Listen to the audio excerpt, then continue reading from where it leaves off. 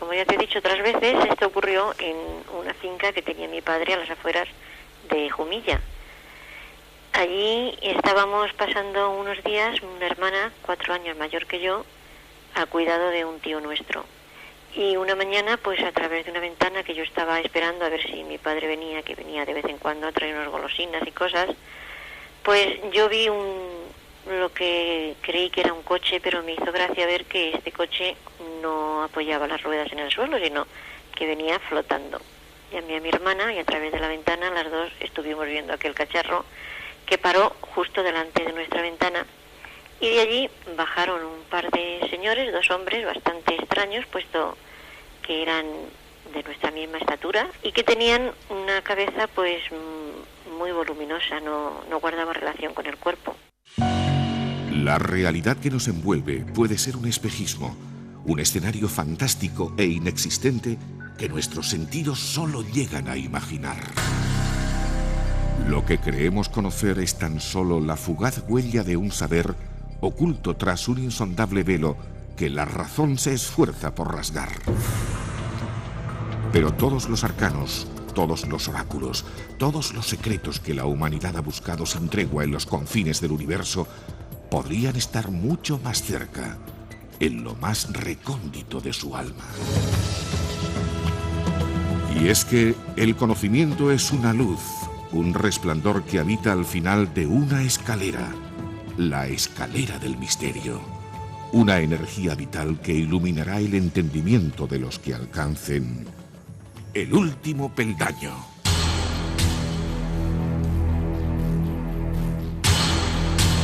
El último peldaño. Dirige y presenta Joaquín Abenza.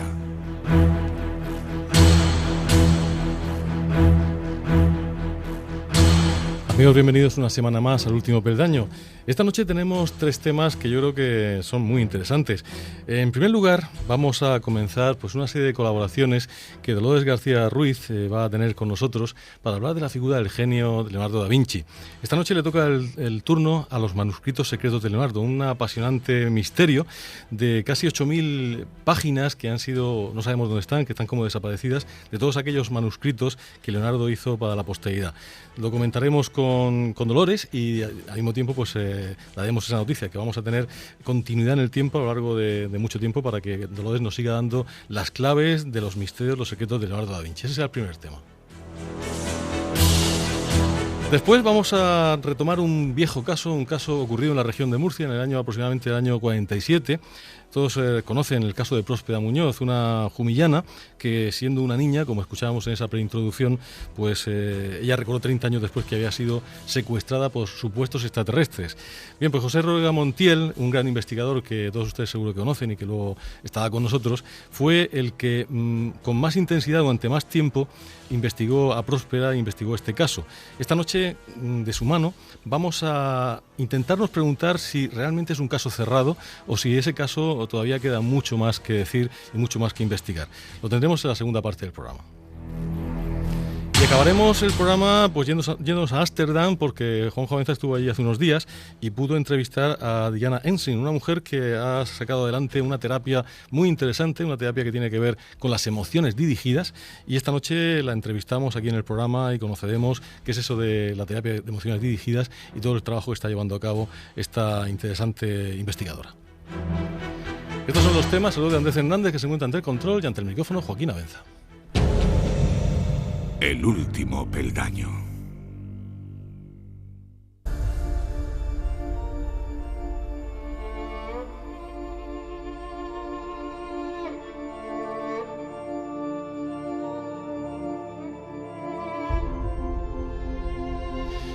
No hay otro genio que más haya brillado, yo creo que en la historia de la humanidad, que Leonardo da Vinci. Un hombre que se adelantó a su época, a su tiempo, que fue precursor de cosas que probablemente todavía, algunas de ellas ni siquiera las hayamos pensado, que todos los grandes inventos que el futuro vio ir naciendo, pues casi todos Leonardo ya los había de alguna manera pues esbozado en su vida. Un hombre al que de alguna manera se le debe pues la aviación, se le debe máquinas bélicas, se le debe el paracaídas y sobre todo se le deben técnicas de pintura y de arte sin precedentes. Este hombre que se le ha metido en muchas tramas misteriosas, sobre todo a raíz de ese Código Da Vinci de Dan Brown, desde luego no le hacía falta ningún tipo de este empuje literario, porque él ya por sí mismo fue uno de los más grandes misterios, al mismo tiempo de los más grandes avanzados en todo lo que tiene que ver con el conocimiento humano y también, ¿por qué no?, con el conocimiento esotérico. Precisamente por ello vamos a tener con nosotros, y nos congratulamos por eso, pues la oportunidad de, a lo largo de programas sucesivos, ir entrando en aspectos de la vida de Leonardo da Vinci y aspectos de la obra que son verdaderamente apasionantes. Esta noche le toca el turno a los manuscritos secretos de Leonardo. Y no podíamos tener mejor maestra de ceremonias que Dolores García Ruiz. Dolores, buenas noches. Hola, buenas noches, Joaquín. Encantado de tenerte en el programa. Eres autora de La cara oculta de Da Vinci, Las claves de la Mona Lisa, El secreto de la Mona Lisa y un montón de trabajos. Das conferencias, investigas. Yo creo que te has convertido en una especie como de divulgadora de la figura de Leonardo en aspectos que a veces en el mundo del arte más convencional pues quedan desatendidos o no llaman la atención, o quizá porque con esto de que a veces algunos académicos no quieren salirse de lo que es la ortodoxia, pues a veces quedan cosas ocultas y eso hace falta gente como tú que lo ponga de manifiesto y sobre todo que lo haga vivir a todos los que nos gusta y nos apasiona la figura de Leonardo da Vinci. Pues como muy bien has dicho, Joaquín, efectivamente a Da Vinci no le hace falta prácticamente ninguna ficción que lo adorne, todo lo contrario. Y aquí en esas sucesivas colaboraciones vamos a ir descubriendo todos esos aspectos fascinantes de Leonardo, porque realmente la obra más increíble de Leonardo es él mismo y su vida. Su vida está llena de misterios o digamos de aspectos no tan conocidos, pero que aquí los vamos a ir investigando, los vamos a ir desmembrando y vamos a descubrir aspectos verdaderamente sorprendentes. Y como muy bien dices, sí que es verdad que muchas veces pues la ortodoxia, el academicismo, pues un poco encorseta a los investigadores, no les deja ir más allá de lo que a lo mejor realmente ellos quisieran y no se atreven a entrar en terrenos que son verdaderamente apasionantes y que nos van a descubrir la verdadera dimensión de Leonardo. Uh-huh. Una dimensión que a ti te apasiona, que tú, como decíamos antes, te estás convirtiendo, pues yo creo que en una de las más activas divulgadoras de su obra, y que eso pues ha hecho que también estés con nosotros, con nuestros oyentes, cosa que te agradecemos muchísimo, pues para ir desgranando todos estos misterios en programas sucesivos, periódicamente iremos llamándote para que estés con nosotros y nos puedas contar todo esto. Como decíamos, esta noche vamos a empezar por un tema apasionante. A mí es uno de los que más me subyuga, ¿no? Y es como ¿qué podría haber escrito Leonardo en todos esos documentos a los cuales pues no tenemos acceso o no están suficientemente localizados, porque en primer lugar hay que decir que Leonardo, aunque muchos crean que solamente se dedicaba a pintar cuadros, frescos y a hacer planos de máquinas, también escribía cosas muy interesantes, ¿no? Por supuesto, es más, fíjate qué cosa más curiosa. Uno de los primeros aspectos más sorprendentes de Leonardo es que Leonardo no quería ser pintor, no quería dedicarse a la pintura, lo hacía para ganarse la vida. Él realmente lo que él quería ser era ingeniero, él quería ser inventor. Demostrar su ingenio, su capacidad para resolver problemas en todos los aspectos de la vida, desde máquinas de guerra a puentes, a resolver problemas de la vida cotidiana con los primeros electrodomésticos. Eso es lo que realmente quería Leonardo. Pero bueno, pues como tantos de nosotros, pues tenemos que ganarnos la vida con lo que nos ponen por delante, ¿no? Y eso es lo que le pasó a él, tuvo que ganarse la vida como pintor. Entonces, él, toda su pasión, cuando no trabajaba para ganarse la vida, lo que hacía era pues investigar, observar, y todas esas minuciosas observaciones y los logros de sus investigaciones los iba apuntando detalladamente en folios sueltos y lo que es más, en esos mismos folios muchas veces reunía observaciones de todo tipo, desde observaciones geológicas a observaciones que estaban relacionadas con la pintura, otros con el vuelo de los pájaros, con la anatomía humana, etcétera. Es decir, que a lo largo de toda su vida fue acumulando pues aproximadamente más de 15.000 folios sueltos, hojas sueltas, en los que se mezclaban todo tipo de temas. ¿Qué ocurre? Pues que Da Vinci, como no se preocupa desde un primer momento en llevar un orden, un concierto en todo este conocimiento que va acumulando, se encuentra al final de su vida con esos más de 15.000 folios que es imposible de ordenar. porque él lo que realmente quería no es que fueran secretos, no es que estuvieran ocultos, todo lo contrario. Él lo que su mayor amargura al final de su vida es ver que toda su obra no va a poder ser compilada en tratados por temas, que es lo que él quería, el tratado de la pintura, el tratado del estudio del agua, del viento, etcétera, del cuerpo humano, y se ve desbordado por una tarea ingente que no le queda vida suficiente.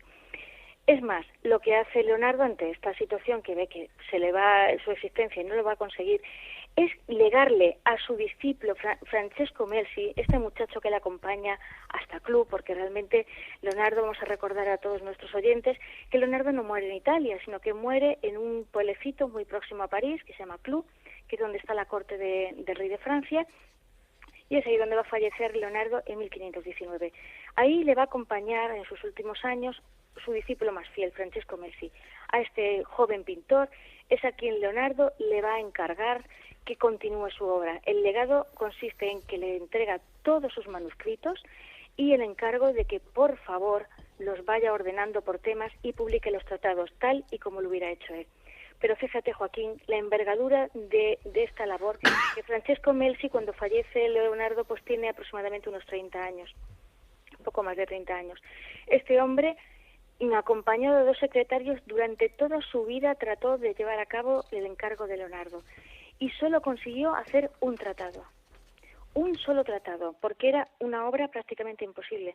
Pues entonces, ¿qué ocurrió? Pues que cuando muere Francesco Melzi, solo hay un tratado, el tratado de la pintura, es el que consigue, que no lo llega a publicar por miedo a la Inquisición, por los pensamientos, por la filosofía que hay involucrada en ese tratado de la pintura, y le lega a su vez a su hijo Horacio el legado que le había dejado Leonardo y el encargo de continuar su obra. Pero la vida es así. Francesco Melzi había sido un hombre leal, fiel, pero su hijo Horacio prefería el juego, el vino y las mujeres, y no se dedicó precisamente a conservar y a continuar el legado de su padre, sino todo lo contrario. Lo que se le ocurrió a este hombre, a este buen hombre, por llamarlo de una manera, es acumular todos esos maravillosos escritos, toda esa sabiduría de Leonardo, que hubiéramos avanzado cientos de años, los abandonó en un desván, donde la humedad y las ratas hicieron estragos. Terrible, terrible. A veces ocurren estas cosas y se pierden grandes dosis de conocimiento. Arquímedes, por ejemplo, le pasó igual y alguien escribió encima de su obra más importante pues un libro religioso y gracias precisamente a los investigadores de hoy en día pues se pudo sacar alguno de esos detalles. Pero en este caso, la pista de los manuscritos ¿tiene alguna posibilidad de seguirla? Es decir, ¿alguna trazabilidad por donde podamos intentar algún día encontrar esos manuscritos perdidos? Bueno, y realmente lo que ocurre a partir de este momento en que Horacio, el hijo de Francesco Melzi, recibe los manuscritos y los deja en el desván, es una historia rocambolesca que nos va a poner muy complicado, pero muy, muy complicado, seguirle la pista a los manuscritos. Fíjate, nada más nada menos que cuando este hombre se hace cargo de los manuscritos y los deja en el desván, afortunadamente el prefector de la familia, porque Francesco Melzi, a la muerte de Leonardo, se los había llevado a donde vivía, que era una villa en Baprio, muy cerca de Milán. En esta casa, en esta villa, es donde está en ese desván, y afortunadamente el prefector de la familia los descubre por casualidad. Y este hombre, pues ni corto ni perezoso, no se lo piensa y se apropia de 13 de los manuscritos, de lo que eran como pequeños tomos, pequeños cuadernos. Se apropia de ellos porque se da cuenta que Horacio no les da ningún valor y se dirige con ellos a Florencia intentando vendérselo a un Medici, a Francesco de Medici. Francesco de Medici tampoco le da importancia y rechaza la oferta. Y este hombre ya un poco avergonzado porque, bueno, pues ha robado esos cuadernos y realmente no sabe muy bien qué hacer, si devolverlos, qué tal. Un amigo suyo, un tal Gabardi, pues ofrece, digamos, a suavizarle el trance de tener que devolverlos y dar la cara. Y entonces él se hace cargo de estos 13 manuscritos, de estos 13 cuadernos, y se los devuelve a Horacio Melzi. ¿Cuál es la sorpresa de este hombre cuando el hijo de Melzi, Horacio, le dice que no le interesan para nada y que se los puede quedar, que tiene muchos más papeles en el desván? Fíjate qué barbaridad. Entonces este hombre dice, bueno, ¿yo qué hago con los manuscritos? Pues lo que hizo fue repartirlo entre sus 2 hermanos, que vivían en Milán. A raíz de esto, ¿qué ocurre? Pues que se disparan todos los rumores en Milán de que se están circulando por los manuscritos de Leonardo, y eso empieza a despertar la atención de mucha gente culta que está por ahí por Milán. Entre ellos, la casualidad de la vida, el escultor que está trabajando para Felipe II en el Escorial, un tal Pompeyo Leoni, que este hombre está allí en Milán de pura casualidad. Se entera y ni corto ni perezoso se pone en contacto con Horacio Melzi y le propone que rescate los 13 cuadernos que estaban perdidos y que los había regalado, porque él, si se los entrega a él, va a conseguir que Felipe II pues le dé prebendas, regalos, le dé cargos y tal. Y este Horacio se interesa, recupera los 13 manuscritos, los 13 cuadernos, y se los entrega a Leoni. ¿Qué pasa? Pues que Leoni realmente ni se había puesto de acuerdo con Felipe II, ni le había pedido permiso, y realmente lo que estaba era utilizando el nombre del rey de España para hacerse una estupenda colección privada de manuscritos de Leonardo. Pero es más, la ambición de Leoni no se queda ahí, es que además lo que quiere conseguir son muchos más manuscritos. Fíjate que incluso consigue reunir 50 manuscritos de Leonardo, 50 cuadernos, y además 2.000 hojas sueltas. Y con todo ese tesoro se vuelve a Madrid, porque tiene que continuar con la labor que tiene en el Escorial. ¿Qué ocurre? Pues que realmente nunca se los entrega a Felipe II, todavía ha sido una patraña, y a la muerte de Leoni, pues sus herederos pues empiezan a venderlos al mejor postor. ¿Qué ocurre? Pues que en Madrid ocurre un poco pues lo que pasó en Milán. Empiezan a correr los rumores y empiezan a aparecer personajes de lo más curioso. Fíjate hasta el interés que despertaban estos manuscritos ya en la época, que apareció por allí nada más y nada menos que el propio príncipe de Gales, que sería el futuro Carlos I de Inglaterra, interesándose por estos manuscritos porque los quería comprar a cualquier precio, lo que le pidieran. Pero resulta que estos manuscritos habían caído en manos de un curioso personaje, un personaje que realmente la gente le tenía incluso temor. Se trataba nada más y nada menos que de Juan de Espina. Este hombre era profesor en la Universidad de Alcalá de Henares. Era un canónigo y músico a la que la gente le tenía verdadero pavor, porque había rumores de que su casa estaba servida, fíjense, nada más que por autómatas, que no eran sirvientes humanos, sino que eran muñecos mecánicos. Posiblemente estas leyendas o estos temores que tiene la gente viniera de la colección de objetos extraños que tenía acumulada Juan de Espina en su casón de Madrid, con los objetos más extraños que podamos imaginar. De hecho, la gente tenía miedo de entrar en su casa. Pues allí se le presentó el príncipe de Gales, dispuesto a pagar lo que fuera, pero Juan de Espina, él sí que estaba totalmente convencido de que tenía que entregárselo al rey de España y que no cayera en manos de los ingleses. De hecho, aparece otro británico, el conde de Arundel, intentando nuevamente convencer a Juan de Espina, pero tampoco lo consigue. Y estos códices que tenía Juan de Espina, afortunadamente, pasaron a manos del rey de España, de Felipe II, y se integraron en su biblioteca real. Esta biblioteca real, al poco tiempo, al paso de años, se convierte en lo que hoy conocemos como la Biblioteca Nacional. Y aquí viene otra de las historias increíbles de estos manuscritos. Estos códices, no se sabe por qué, por un error de registro en la nomenclatura de los archivos, son mal archivados. ¿Y qué ocurre? Pues que están durante más de 300 años extraviados dentro de la biblioteca, hasta que afortunadamente aparece por allí, en el año 1965, en el siglo XX, aparece un estudioso norteamericano y este hombre, por casualidad, porque buscaba otra cosa, se encuentra con estos dos códices y despierta el que descubre que realmente todo lo que ha pasado, que ha habido un error de inscripción y tal.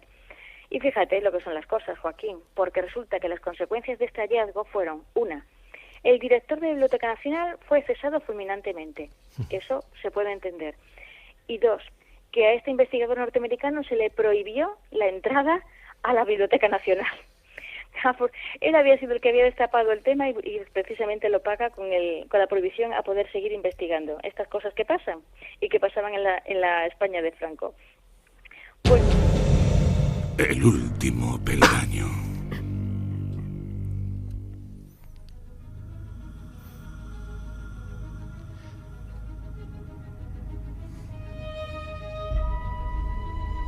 La verdad es que uno no deja nunca de sorprenderse por las cosas que suceden, algo tan valioso como todo esto, y hay 300 años perdidos, bueno, la verdad es que es verdaderamente impresionante.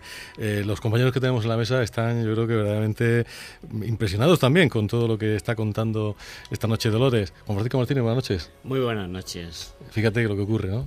Algo tan valioso como los escritos de Leonardo y ahí durmiendo el sueño de los justos. Realmente, bueno, algo tan importante como la obra de una persona que probablemente nos ayudaría muchísimo en la actualidad, pues bueno, si no está perdida, está pues al menos está oculta, por lo menos. Está oculta y no se sabe. Y alguien a lo está. mejor la tiene, ¿no? Casi Así seguro. Así que bueno, yo darle la enhorabuena a Dolores García Ruiz y que bueno, pues de alguna forma a ver si en algún momento pudiéramos recuperarla, porque creo que eso es algo fundamental e impensable en estos momentos. Eso sería lo bueno. Marica Metaboda, buenas noches. Buenas noches. Yo sé que a ti te gustaría tener algún manuscrito de eso, ¿verdad? Uy. Aunque eso sea por pues tengo libros, ¿no?, de los años 1600, 1700. Sí, pero Leonardo seguramente no. Ay, no. Sería fenomenal. Por lo menos culturalmente, ¿no? Claro que sí. Aparte del valor. Juan Jovenza, buenas noches. Buenas noches. Fíjate lo que ha dicho Dolores, el caso este de los autómatas. Yo hace poco compré un libro en una feria de estas, que uno se acerca a estas casetas y tal, y hay uno que era Los robots de Leonardo. Este hombre le encantaba todo lo que eran autómatas y tiene un montón de diseños, ya se lo vamos a preguntar a Dolores, un montón de diseños, un montón de estudios de ingeniería, porque como bien ha dicho Dolores García, él tenía una vocación de ingeniero, yo creo que es el patrón de los ingenieros no consagrados, ¿no? Pero sí que desde luego es una de esas personas que difícilmente puede escapar, nadie que le guste la ingeniería puede no haber tenido alguna vez relación con la obra de Leonardo. Pero fíjate, autómatas, y él había hecho un montón de diseños precisamente por autómatas. En una época en que todavía no existía la informática de ninguna manera, con lo cual la verdad es que es bastante curioso. Hubo muchos autómatas en la antigüedad, lo que pasa es que había de todo. Había desde el autómata que jugaba al ajedrez y que hacía simple movimientos y cosas así, pero muchas veces lo que ocurría era que, bueno, casi siempre que había un truco, y el truco era que a veces había alguien dentro del autómata, el muñeco, ¿no? A veces incluso un enano que estaba escondido, cosas así. Pero bueno, la verdad es que prácticamente este hombre lo tocó todo.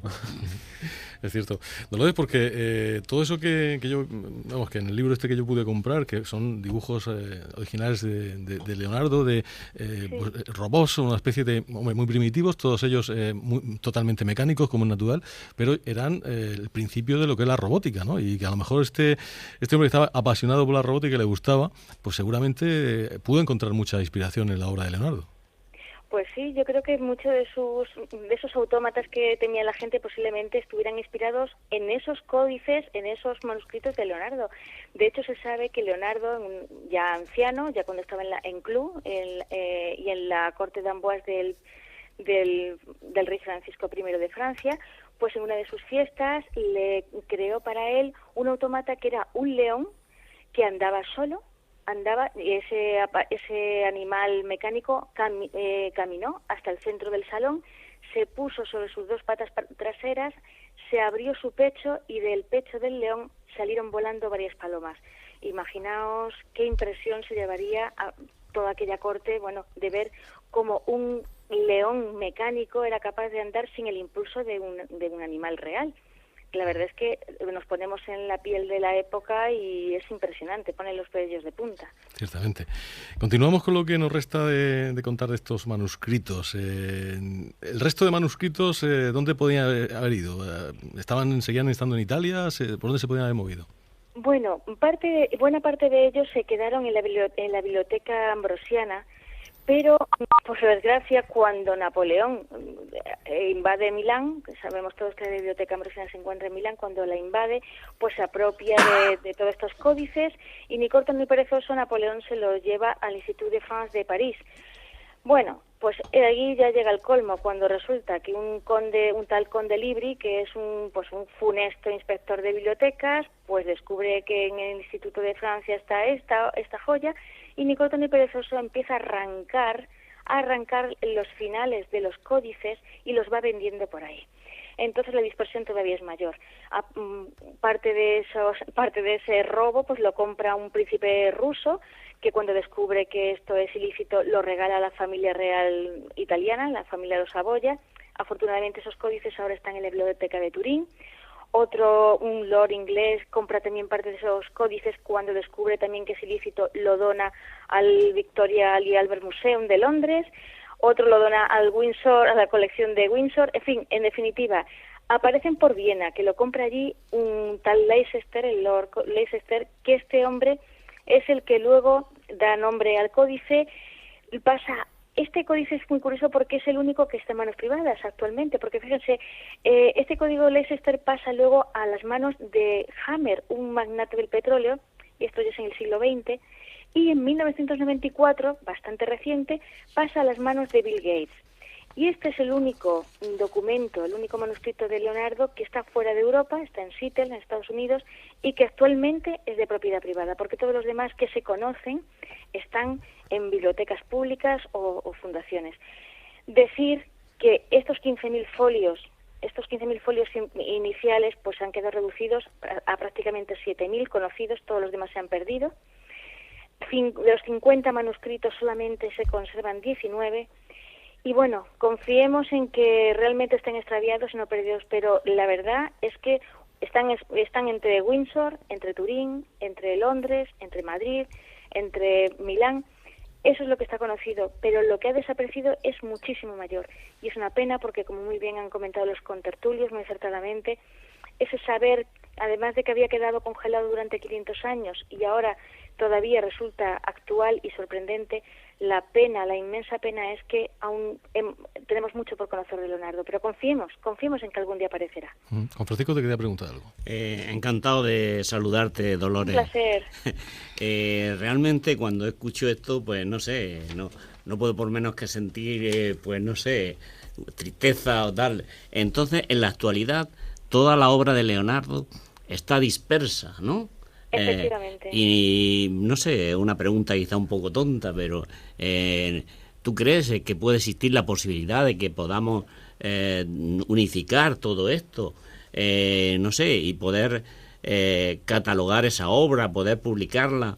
¿Hay posibilidades de eso? Porque dices que quedan unos 7.000 folios nada más, todos los demás se dan por perdidos ya, o crees tú que se pueden estar en algún sitio, y sobre todo eso, si habría alguna posibilidad, alguna forma de poder mantener toda la obra en un mismo sitio para hacerla pública, ¿no?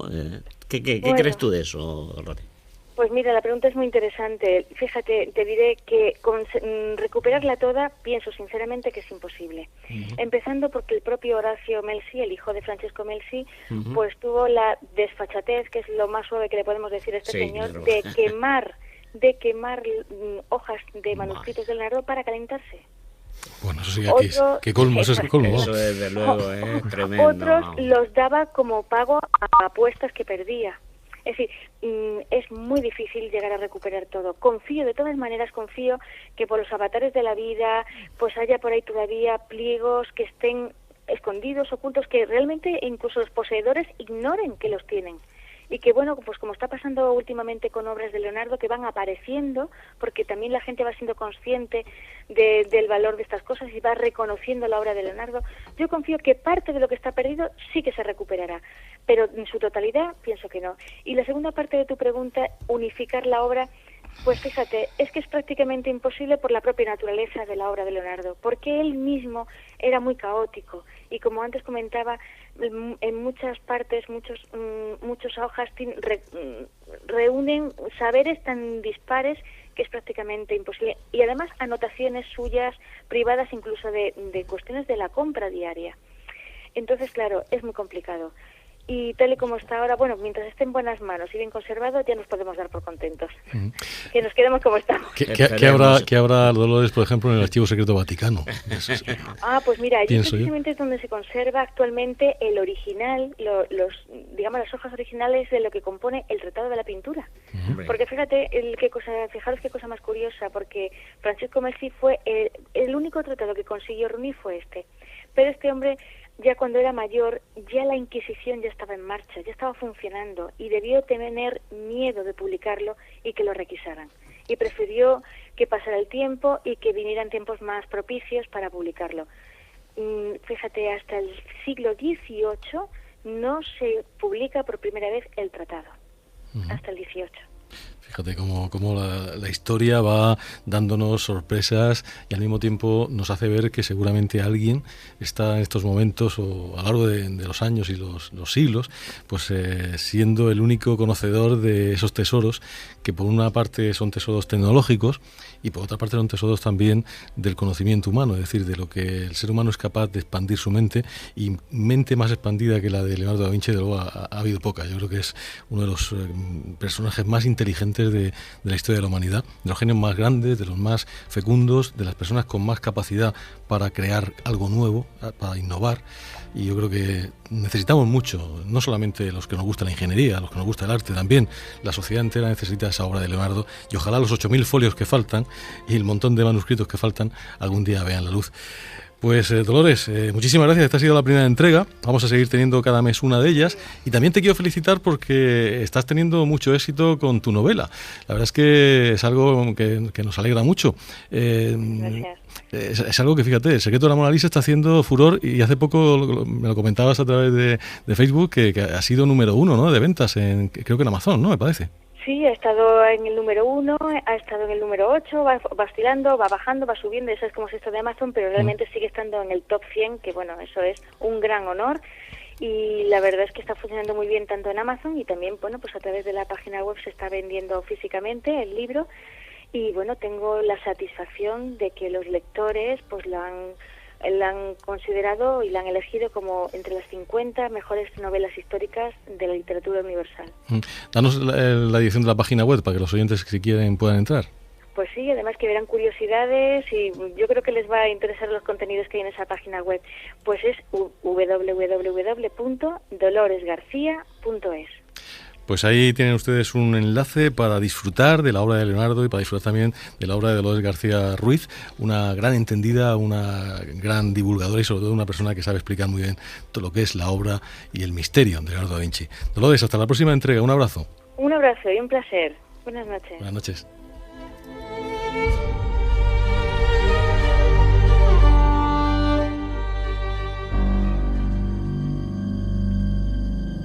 En Onda Regional de Murcia, el último peldaño.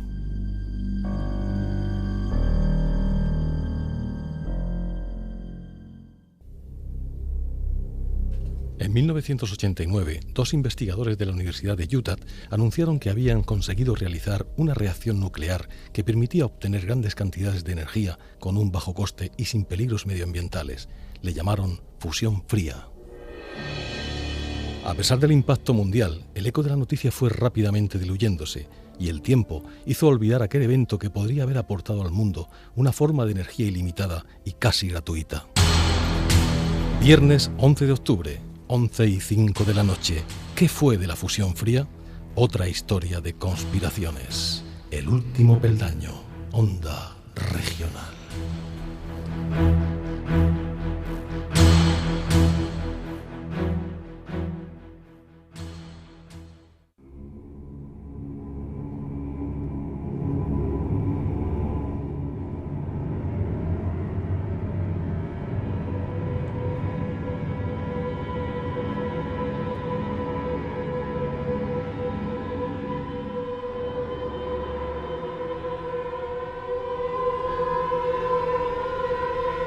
El año 1947, o al menos eso es lo que la testigo piensa.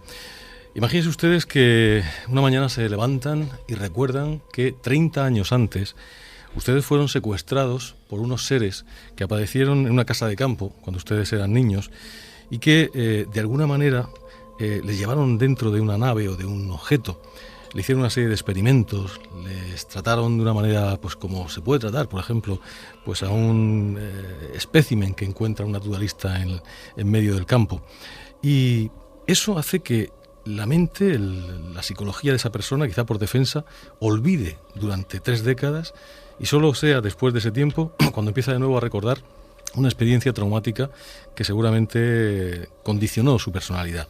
Esta era básicamente la historia de Próspera Muñoz, una historia que ustedes han escuchado, los oyentes más veteranos del programa, de los labios de la propia protagonista de Próspera Muñoz, porque ha estado con nosotros en varias ocasiones y porque además es una mujer muy conocida. Ella de alguna manera se ha vinculado al mundo de la ufología durante estos últimos tiempos y es pues un elemento importantísimo dentro de lo que es la casuística ufológica nacional.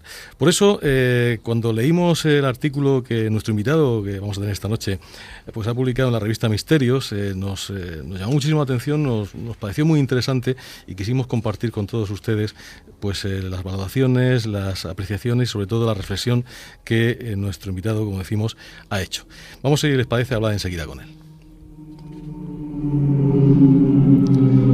José Ruesga Montiel, buenas noches. Buenas noches. Pues en primer lugar, darte las gracias, Pepe, por estar con nosotros, por compartir con todos los oyentes del Último Peldaño este trabajo tuyo, esta investigación. Hay que decir en primer lugar que bueno, que quien no te conozca, que yo creo que será poca gente, ¿no? Porque los que de verdad aman la ufología, los que de verdad conocen el mundo del fenómeno ovni en España, pues saben que José Ruesga Montiel es una de esas personas que son pilares de la ufología seria y rigurosa. Pues presidente de la Relación de Corresponsales, digamos, de la Fundación Anomalía, editor de cuadernos de ufología, un investigador como la copa de un pino, si me permite usted la expresión castiza, sevillano de pro y además un artista, un hombre, hemos hablado de Leonardo da Vinci hace un momento, bueno, pues un pintor de gran relevancia y sobre todo un amante de lo desconocido, pero con los pies en la tierra y con una inteligencia y racionalidad, yo creo que a prueba de bomba. Este es mi amigo Pepe Ruesga y por eso esta noche nos va a contar pues porque él ha sido el que más ha investigado en el tiempo, el que más relación ha tenido con Próspera Muñoz y el que ha hecho más por esclarecer un caso complejo que ha cautivado a muchos de los aficionados a la ufología y que me parece pues uno de los casos más importantes, desde luego, de los más conocidos de España. ¿No te parece, Pepe? Hombre, gracias por los piropos que me ha echado, totalmente inmerecidos. Lo único que he hecho a lo largo de mi vida es, aparte de hacer las cosas con honradez, pues intentar hacerlas lo mejor posible e intentar aportar nuevas vías o nuevos conocimientos a esta materia, ¿no? Pues en cuanto al caso, perdón. Sí, no, quiero decir que eso lo has conseguido mucho, ¿eh? Sí, muy bien. En cuanto al caso, pues sí, es verdad que fue una reacción un tanto por afinidad con la testigo. O sea, yo cuando vi reflejado el caso que divulgó Antonio Rivera, que además lo hizo, yo creo que de una manera precipitada, intuí que esa persona estaba un poco desvalida, ¿no? Y entonces le pedí autorización a Rivera, que fue allá por en septiembre del año 85, para poder acceder a la testigo. Entonces, la verdad es que Rivera se portó fantásticamente bien, me proporcionó todas las facilidades y después ella fue muy receptiva cuando yo la abordé. Tanto es así que se entabló una relación entre nosotros que al principio fue por correspondencia, después tuvimos oportunidad de reunirnos en varias ocasiones, pero la correspondencia, yo recuerdo que mi mujer me decía, ha venido carta de tu novia, porque eran cartas hasta de 14 folios, ¿no? Entonces, yo creo que en ambas direcciones hubo una corriente de confianza que hizo que yo conociera a Próspera Muñoz y probablemente a ella a mí de una manera muy profunda. Y entonces ella, podríamos hablar metafóricamente, se desnudó, en su interior lo desnudó y me contó pues todo lo que ella sentía con respecto a esto y en su vida, ¿no? Pues si te parece, Pepe, para que los oyentes, que yo creo que no quede muchos que no hayan escuchado nunca las declaraciones de Próspera, hemos hecho un pequeño resumen de las muchas veces que ha estado en el programa y vamos a escuchar algunos fragmentos para que puedan los oyentes sobre todo valorar el testimonio, que además yo siempre me he confesado que tengo una gran admiración por Próspera, que como tú confiesas también esa gran afinidad. Cualquier persona que la conozca enseguida se da cuenta que es una gran persona y sobre todo que ella realmente lo que está diciendo lo cree fielmente y por lo tanto que no está fabulando ni muchísimo menos. Vamos a escuchar el comienzo de su historia. Pues como ya te he dicho otras veces, esto ocurrió en una finca que tenía mi padre a las afueras de Jumilla. Allí estábamos pasando unos días, una hermana 4 años mayor que yo, al cuidado de un tío nuestro. Y una mañana, pues a través de una ventana que yo estaba esperando a ver si mi padre venía, que venía de vez en cuando a traer unas golosinas y cosas, pues yo vi lo que creí que era un coche, pero me hizo gracia ver que este coche no apoyaba las ruedas en el suelo, sino que venía flotando. Llamé a mi hermana y a través de la ventana las dos estuvimos viendo aquel cacharro que paró justo delante de nuestra ventana. Y de allí bajaron un par de señores, 2 hombres bastante extraños, puesto que eran de nuestra misma estatura, o sea, suponiendo que yo tendría unos 8 años y mi hermano unos 12, pues eran una estatura de bajitas y que tenían una cabeza pues muy voluminosa, no guardaba relación con el cuerpo. Estos entraron en casa con la excusa de pedir un vaso de agua y entablaron conversación con nosotras. Estuvieron curioseando por la casa todo les hacía gracia y dijeron que vendrían después a recoger a una de nosotras para hacer un viaje. Me eligieron a mí y a cabo de un par de noches, pues estando durmiendo, de pronto me desperté y vi que estaban en la calle con un montón de gente más y de allí yo salí y me fui con ellos, fuimos andando un trecho hasta que encontramos pues otro aparato igual que había venido por la mañana, pero mucho más grande. Allí había pues muchísima gente como trabajando, cada uno en su faena. Y allí pues me subieron al ala, digamos, del aparato, donde vino a recogernos pues un haz de luz. Pero el haz de luz era inmenso, venía como si hubieran encendido una linterna en el cielo gigantesca. Por ese haz de luz subimos, porque aquello era como un ascensor, subimos a otra nave que estaba suspendida en el cielo, que debía de ser gigantesca, porque yo recuerdo que allí entramos y recorrí varios pasillos hasta que me llevaron a una especie de quirófano donde me tendieron una camilla y me hicieron pues un examen médico pues muy completo. Terminaron enseñándome una especie de escáner en el que se veía, decían, mira, esto es tu cabeza por dentro. Yo no entendía nada. Ahora al recordar la escena veo que era el cerebro y allí me inyectaron una cosa, una capsulita o no sé, me dijeron, mira, te vamos a poner esto en el cerebro. Y yo vi como en el escáner aquel, vi como aquello me lo inyectaron por la nuca y como iba pasando a través de mi cabeza hasta que quedó en un punto. Cuando terminaron de esto, pues me volvieron a llevar a casa. También habían llevado al perro y nos llevaron a los dos a casa y otro día ya apenas recordaba nada.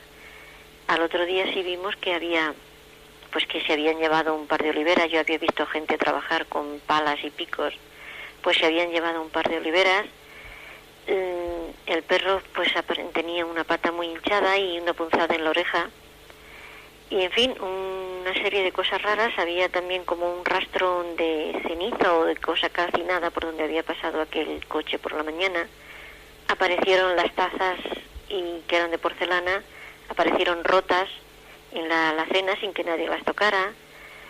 Nosotras nos salió una especie de granitos que nos duraron 2 o 3 días.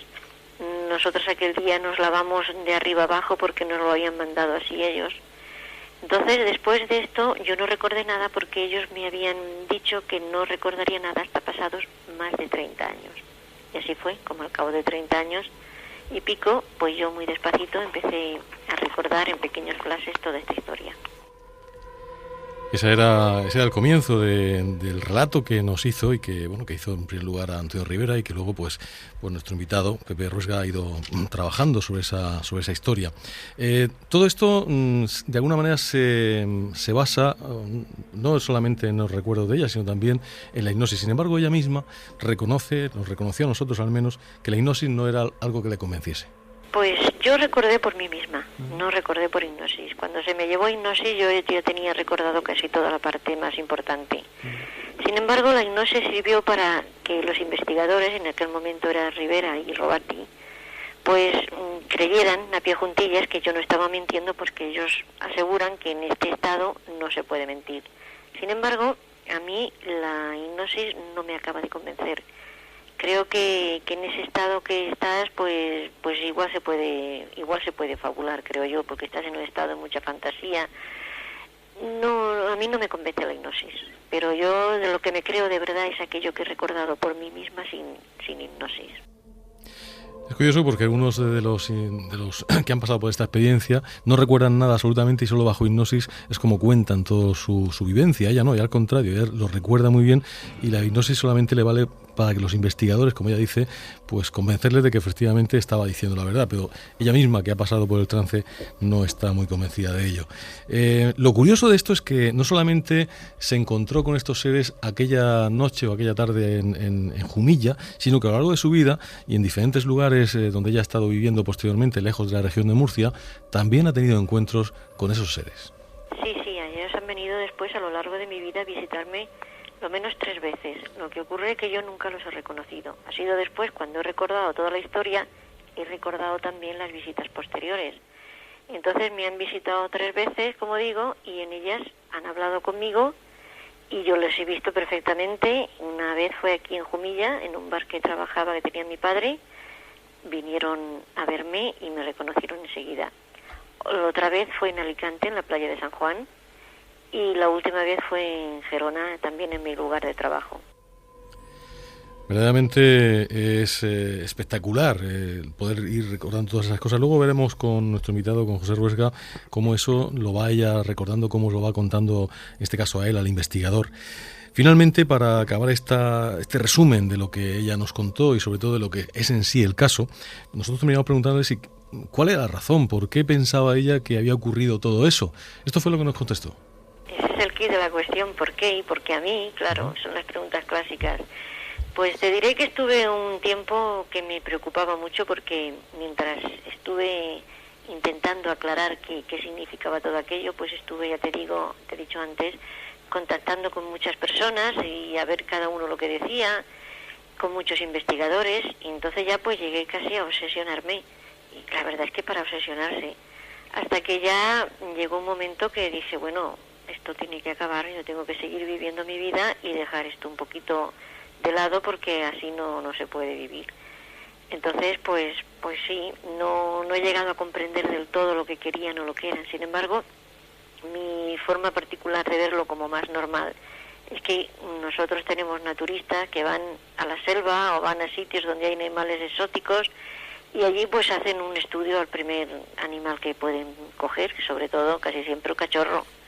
Entonces yo creo que ellos se comportaron de la misma manera. Están de alguna forma haciendo una investigación en un sitio desconocido y lo primero que hacen es pues coger un cachorro y estudiarlo. A mí esto es lo que más creo que puede ser. Ahora, los casos estos tienen connotaciones de cosas trascendentes que son más difíciles de comprender. Yo creo que esa es la clave, muy difícil de comprender, muy difícil de entender y sobre todo de saber por qué. Y a cualquiera que haya pasado una experiencia de este tipo o recuerde una experiencia de este tipo, lo que más difícil le puede suponer es intentar averiguar la causa. Pepe, esto nos decía a nosotros Próspera Muñoz en una entrevista en el año 1998. Sí, ya he observado que es posterior a todo el tiempo que yo la investigué, que fueron muchos años.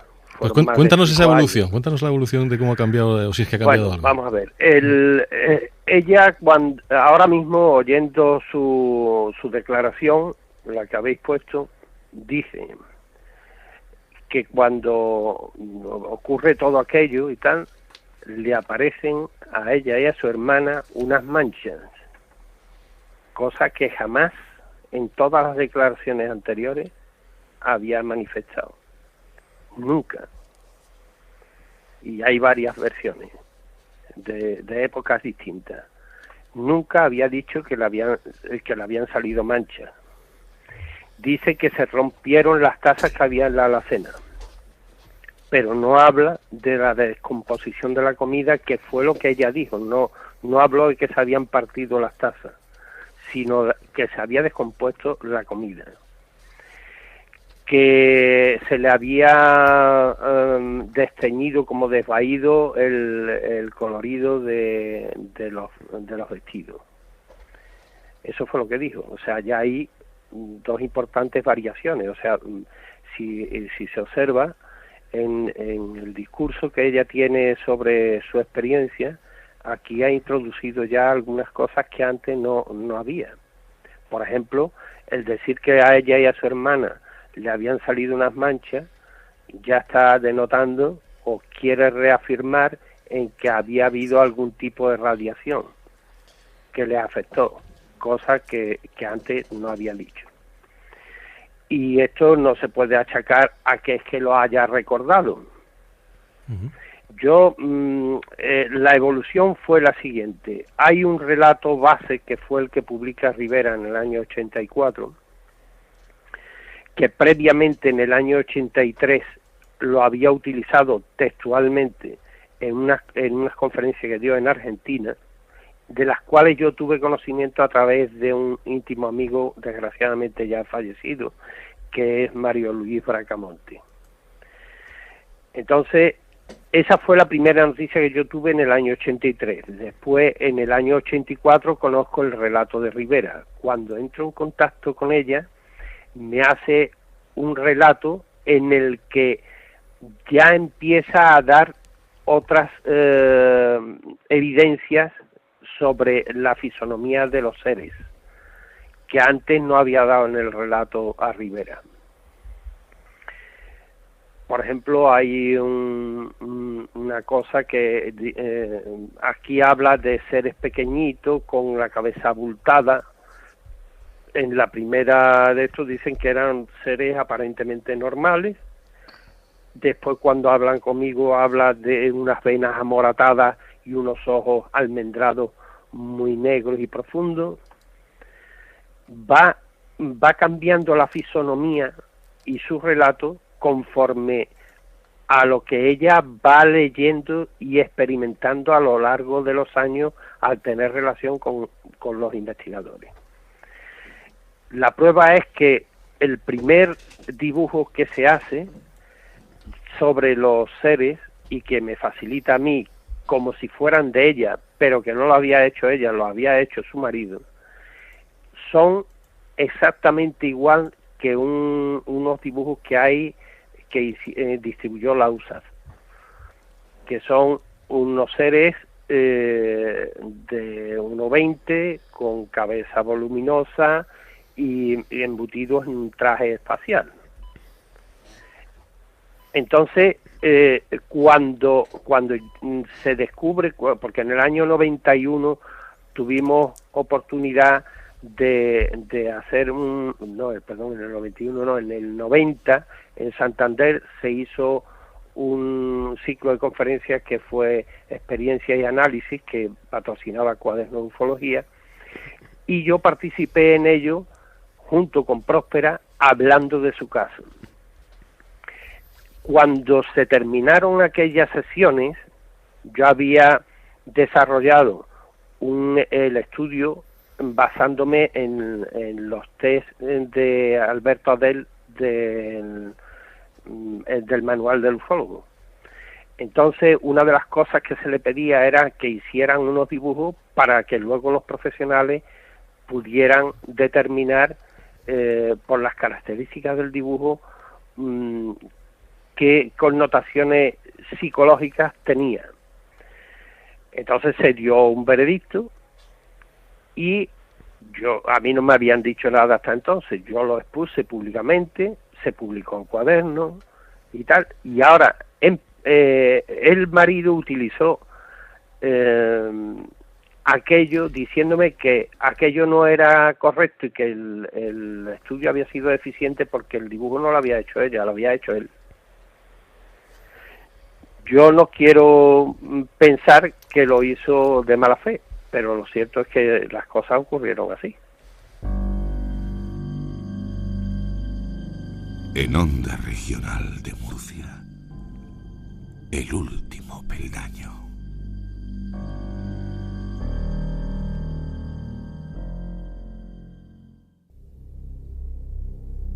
En 1989, dos investigadores de la Universidad de Utah anunciaron que habían conseguido realizar una reacción nuclear que permitía obtener grandes cantidades de energía con un bajo coste y sin peligros medioambientales. Le llamaron fusión fría. A pesar del impacto mundial, el eco de la noticia fue rápidamente diluyéndose y el tiempo hizo olvidar aquel evento que podría haber aportado al mundo una forma de energía ilimitada y casi gratuita. Viernes 11 de octubre, 11:05 de la noche. ¿Qué fue de la fusión fría? Otra historia de conspiraciones. El último peldaño. Onda Regional.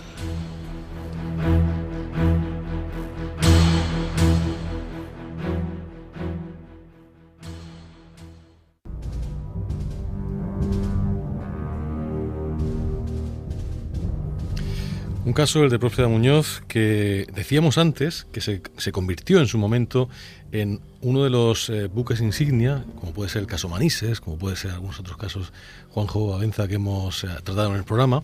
Y bueno, vemos como uno de los investigadores más importantes, de los que trabajaron pues más tiempo con Próspera, de los que yo creo que han desmenuzado, investigado y sobre todo reflexionado sobre el caso, como es José Ruega Montiel, que tenemos esta noche con nosotros, empieza a plantear algunas contradicciones en ese caso. Y con esto no vamos a decir, yo lo he dicho anteriormente, que para mí Próspera es una persona digna de todo crédito. Lo que estamos planteando es que el fenómeno OVNI en general, sobre todo los casos de abducciones, son muy complejos y que incluso los propios testigos, los que han vivido eso, siendo personas honestas, siendo personas que no tienen el menor ánimo de hacer ninguna fabulación, se pueden dejar llevar, incluso se pueden influir por los investigadores, por el ambiente, por la propia forma de la mente humana, y a veces empiezan a aparecer estas contradicciones que hay que analizar y hay que tenerlas en cuenta. Por eso le poníamos un título a esta parte del programa, que da entre interrogaciones: caso cerrado, es decir, el caso Próspera Muñoz está cerrado ya, es un caso completamente confirmado. Pues estamos viendo esta noche cómo no hay nada fijo en ufología, ¿no, Juanjo? Pero bueno, yo creo que hasta cierto punto puede ser incluso medianamente comprensible, ¿no? Porque estamos hablando de una mujer que empieza a recordar cosas 30 años después. Yo no sé, pero cuando leemos cosas, por ejemplo, que hemos escrito nosotros mismos sobre algo pasado un tiempo, nos damos cuenta de que algunas cosas no las recordamos como las escribimos en ese momento, ¿no? Entonces, no sé si puede ser involuntario, pero quizá Próspera se pudo contaminar de muchas de las ideas de las que le contaban los ufólogos y terminar mezclando cosas que sí que había vivido de verdad con cosas que, bueno, que se había imaginado por otras cosas que le habían comentado. Entonces yo creo que hasta cierto punto es razonable. Estamos hablando de muchísimos años y estamos hablando de una persona que no recordaba absolutamente nada y que de repente empieza a recordar cosas. No se le puede pedir que sea milimétrico, que sea una memoria fotográfica de lo que ocurrió. Uh-huh. Mari Carmen, tú que atiendes a muchas personas en tu consulta, este tipo de cosas suelen suceder, es decir, personas que recuerdan después de tanto tiempo un hecho, a lo mejor no es ufológico, pero sí paranormal, de alguna otra naturaleza misteriosa. ¿Eso es algo habitual en este tipo de fenómenos? Mira, yo, una persona muy cercana a mí, muy cercana, tuve una experiencia a los 4 años. Siempre que la recuerda tal cual, no hay variación. Después de muchos años tuvo una experiencia que fue bastante fuerte y efectivamente aparecen esas manchas redondas y ovaladas. Esta persona tiene en los pechos, a los costados y atrás en la espalda, que nunca había tenido ninguna marca. Fue vista por un médico, investigada, y eso fue después de esas experiencias. Y nunca esta persona ha cambiado la variación, porque lo ha escrito, se ha comprobado, se ha vuelto a mirar, Y te digo que es muy difícil, sí es verdad lo que dice Juanjo, que han pasado muchos años, que ha podido interferir por más notoriedad, pero no por causa de ella, sino inconscientemente pudo haber asumido dichos de otras personas, ¿no? Porque se ve que la mujer ha investigado mucho y ha ido asumiendo y se ha ido imaginando cosas.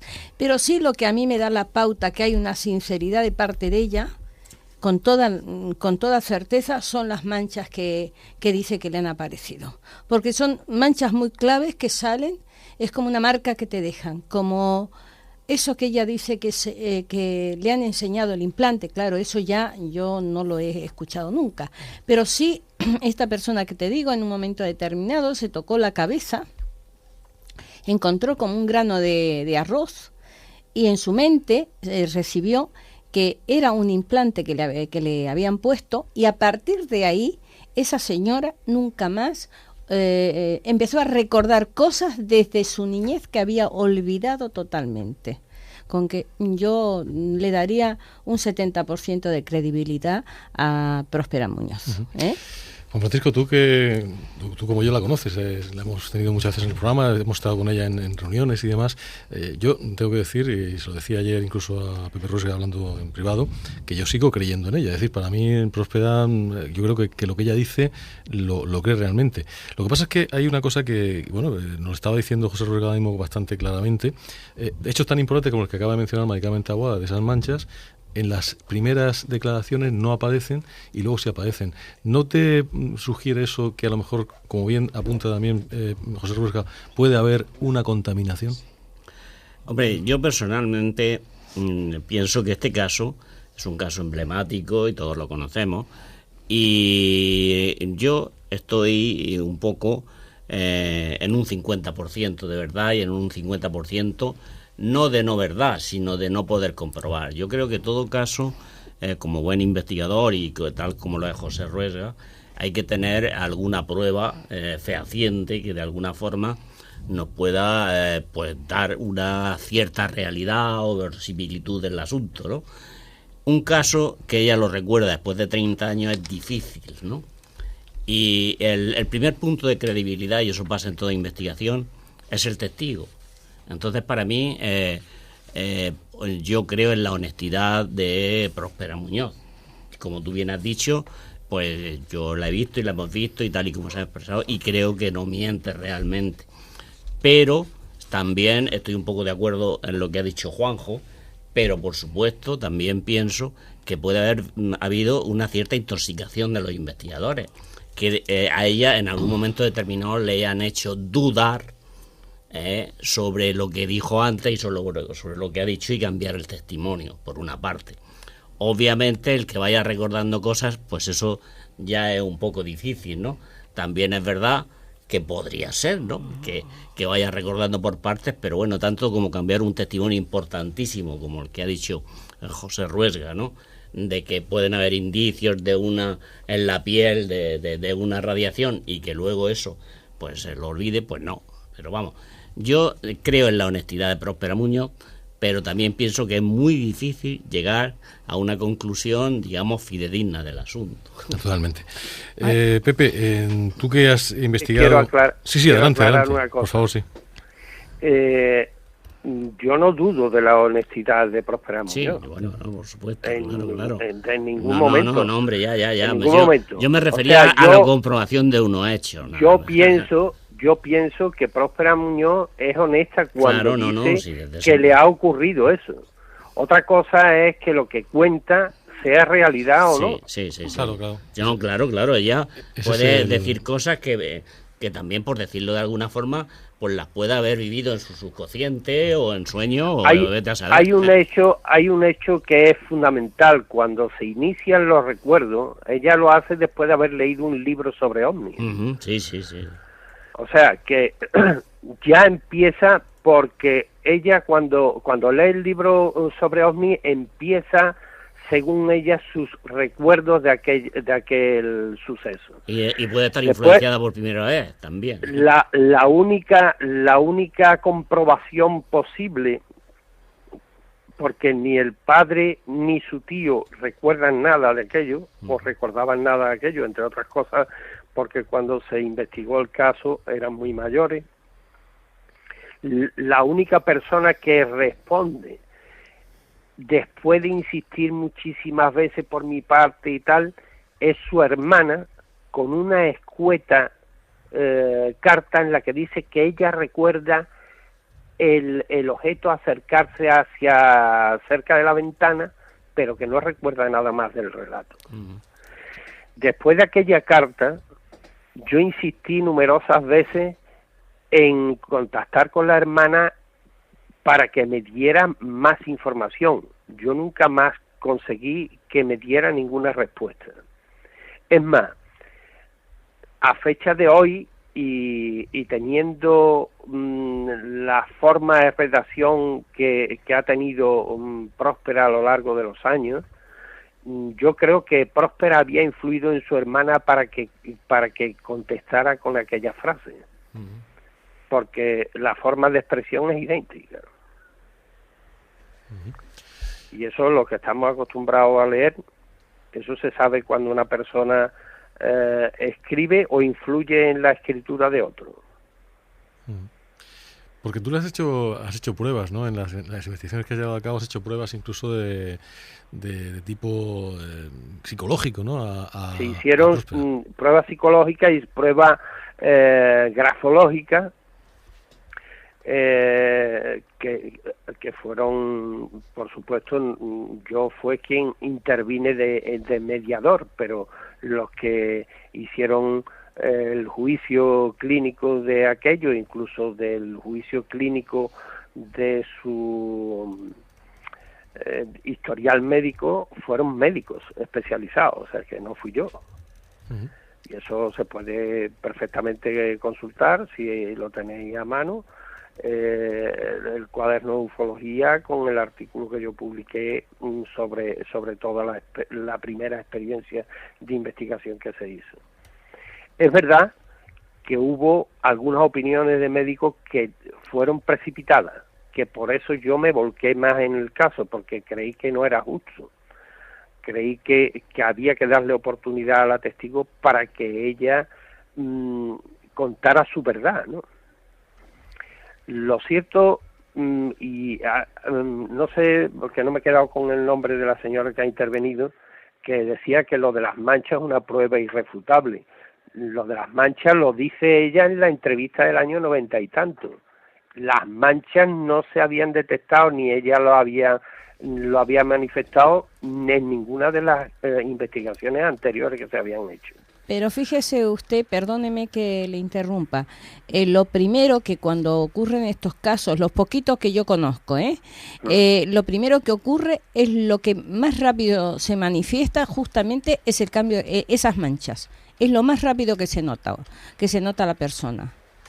Sí, pero por eso si es lo más rápido que se nota, lo debería de haber recordado desde el primer instante, como una cosa excepcional y alarmante, ¿no? Y las manchas son un color de café con leche, oscuro, no oscuro, sino café con leche medio, un café con leche. Sí, pero si es que, verá, yo lo que quiero decirle es que esas manchas no se constata que las tuviera ella lo dice en el año 90 y tanto que le salieron unas manchas. ¿Y usted las vio por casualidad? No. Pues esta persona que yo le digo, las tiene.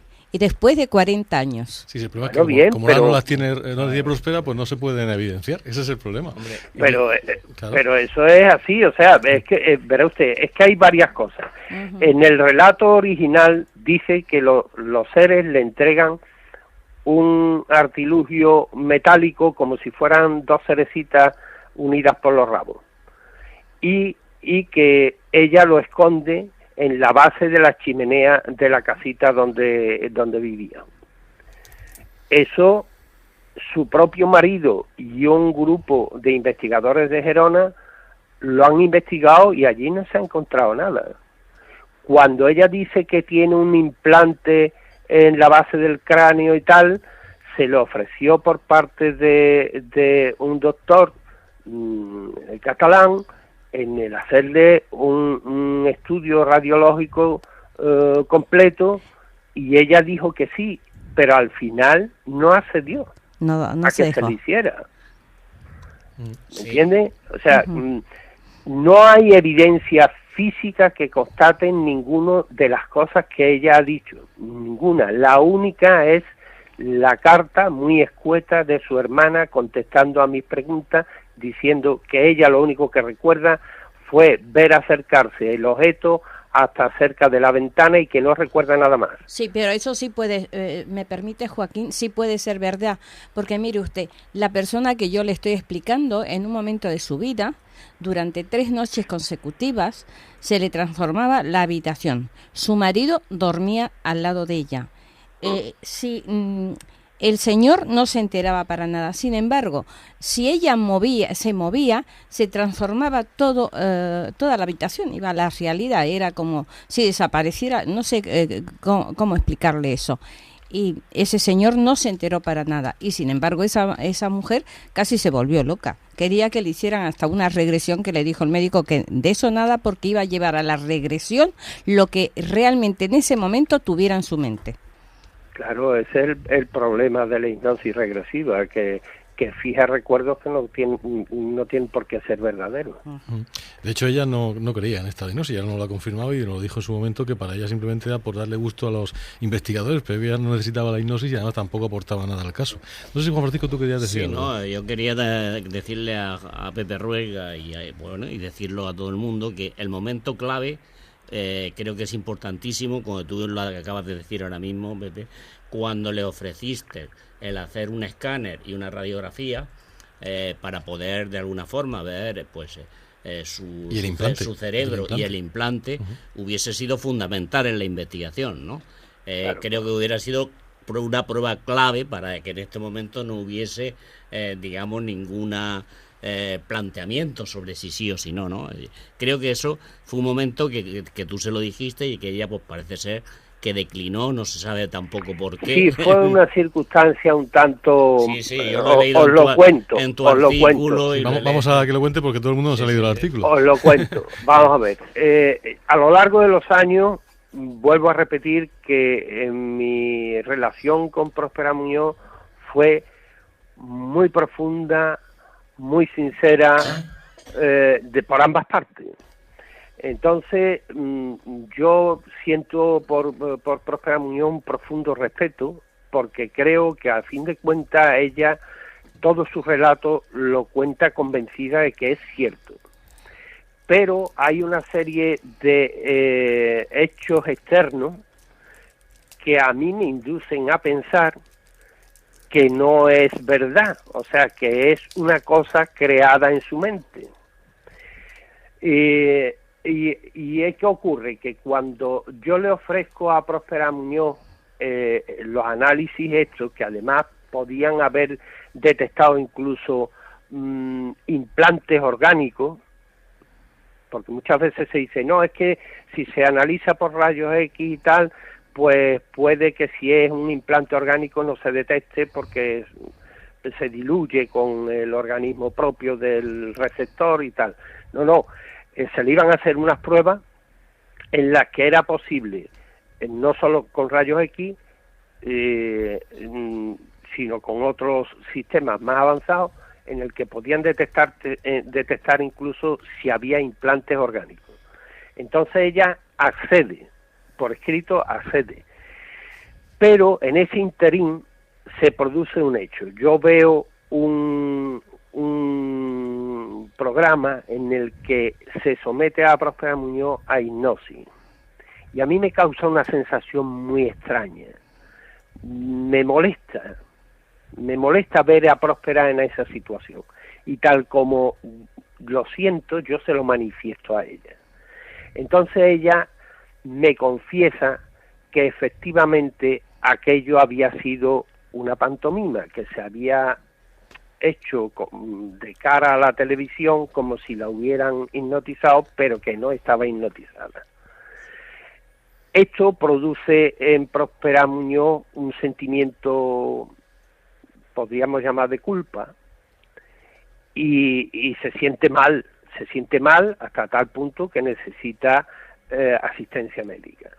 Entonces nuestros contactos se cortan ahí, y cuando volvemos a retomarlo después de un tiempo prolongado, ella me dice que no quiere seguir adelante con la investigación,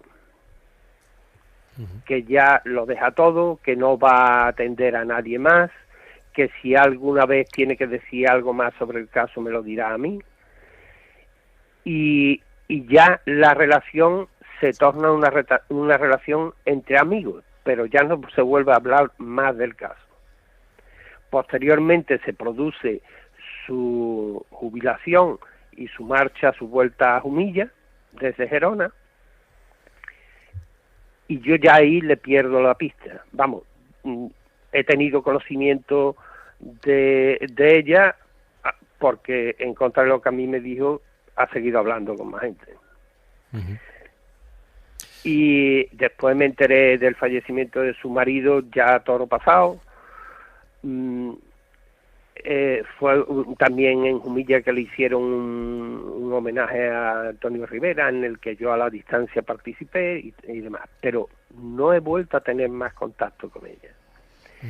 Entonces, yo lo que quiero decir con esto es que a ella le afecta moralmente el que se haya jugado con la autenticidad de algunas de las cosas.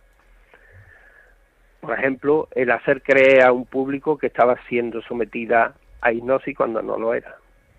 Eso es muy propio de la televisión. Sí. Es cierto. Y después eso le afecta a ella, pero hasta un grado de cuidado, ¿no? De tener que tener asistencia médica. Y, hombre, a raíz de aquello, ya ella no está disponible para que se haga ningún... ¿Usted qué podría pensar? ¿Qué podrían pensar ustedes de alguien que usted le está ofreciendo el salir de la duda, de una evidencia que ella considera que es una evidencia de la realidad de su relato? Pues yo, sinceramente, me crea dudas como investigador. Claro. Pues la verdad es que no es para menos, y sobre todo teniendo en cuenta pues toda esa relación que tú has tenido durante tanto tiempo y todos esos datos que has ido acumulando.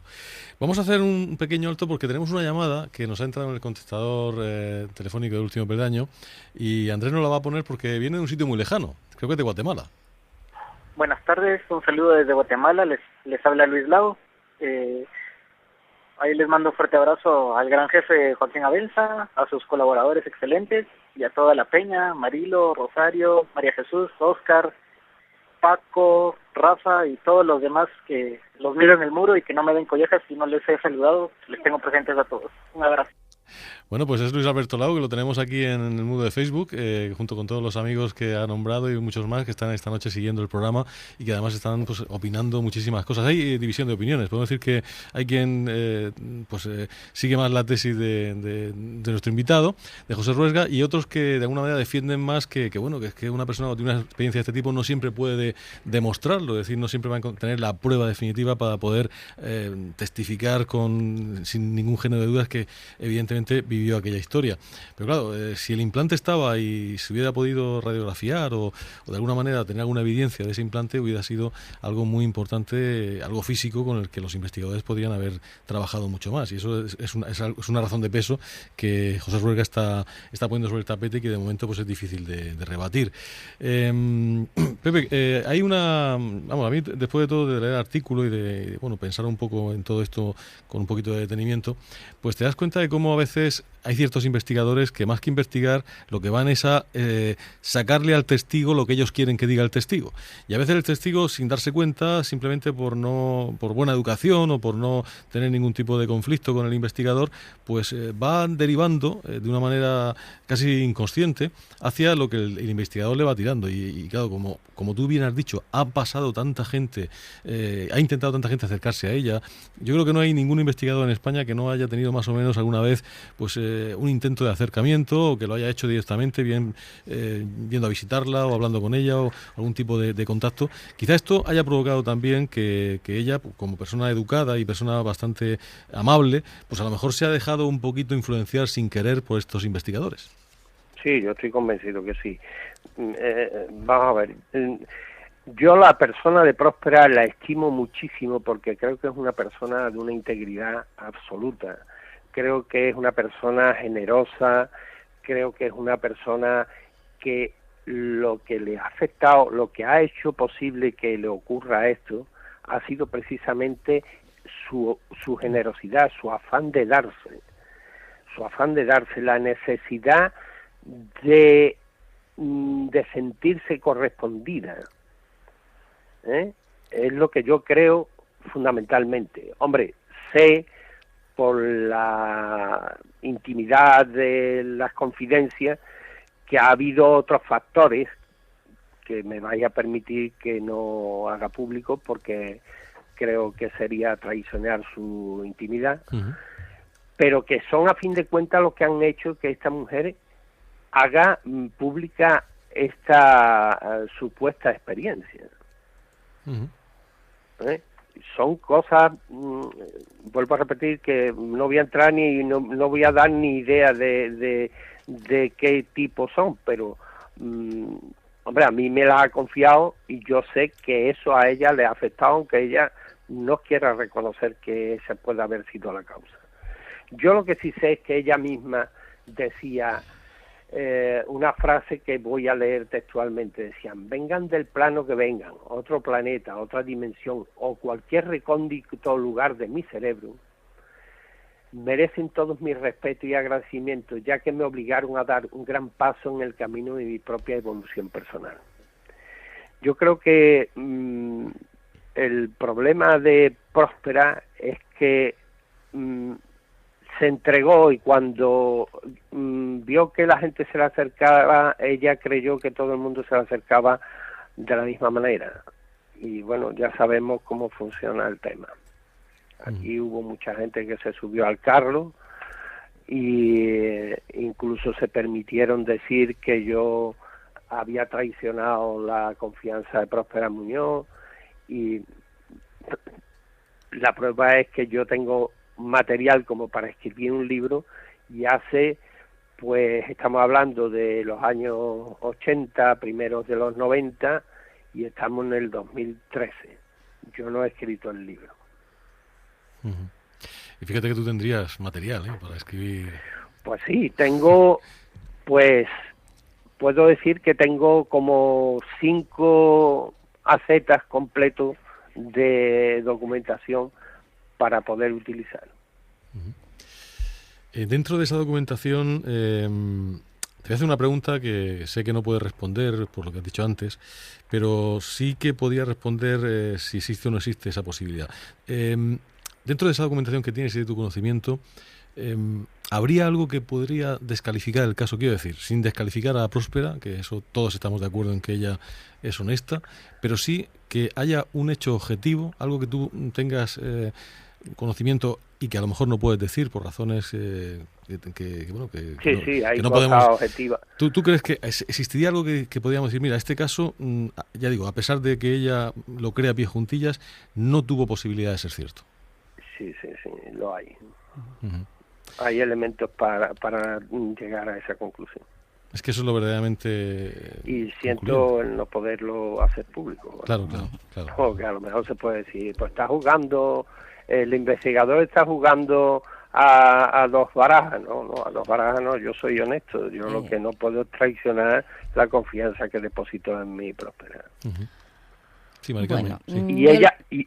Y ella no reconoce que sea producto de eso,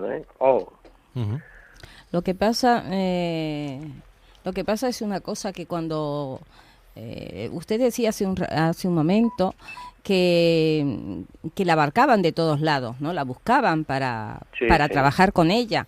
Lógicamente que sí, lo que no solo por eso, sino para utilizarla. Yo creo que Próspera a lo mejor se siente también un poco mal porque muchos advenedizos, otros gente que empezaba en esto y que sabía que si tenían una foto con Próspera Muñoz era como tener a alguien famoso al lado y eso te podía dar un empujón, ¿no? Y eso ha ocurrido. Pero eso nos ocurre a las personas que estamos en este mundillo, digamos, nos ocurre que si no tenemos esa capacidad de decir a ciertas cosas que nos proponen, porque yo ya tengo muchos años en esto y he tenido propuestas que he sabido decir que no, justamente, créame, que por eso que estamos hablando de Próspera Muñoz. Porque ellos, antes de llevarte a una pantalla de televisión, a que te vea todo el mundo, a que te hagan una entrevista, a no ser en casos muy excepcionales, como podríamos hablar de Juan, que hace unas entrevistas preciosas y es honesto, el hermano de Joaquín Abenza, que lo tengo aquí adelante, eso es otra cosa. Gracias. Pero en estos casos, en los casos nuestros, siempre nos dicen lo que tenemos que hacer. La entrevista se hace antes de salir a plató.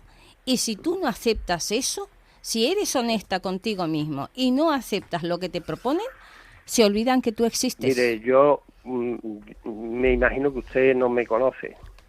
Bueno, no porque... Será de oída, sí, en todo caso. Sí, pero Joaquín me conoce hace muchos años. Y Joaquín sabe cuánto me he prodigado yo en los medios de comunicación. Un poquito, un poquito. Sí, pero yo no me estoy al único que incondicionalmente cuando me llama porque a él le interesa algún tema, al único que le concedo mi tiempo es a Joaquín. Y no sabes cómo te lo agradezco.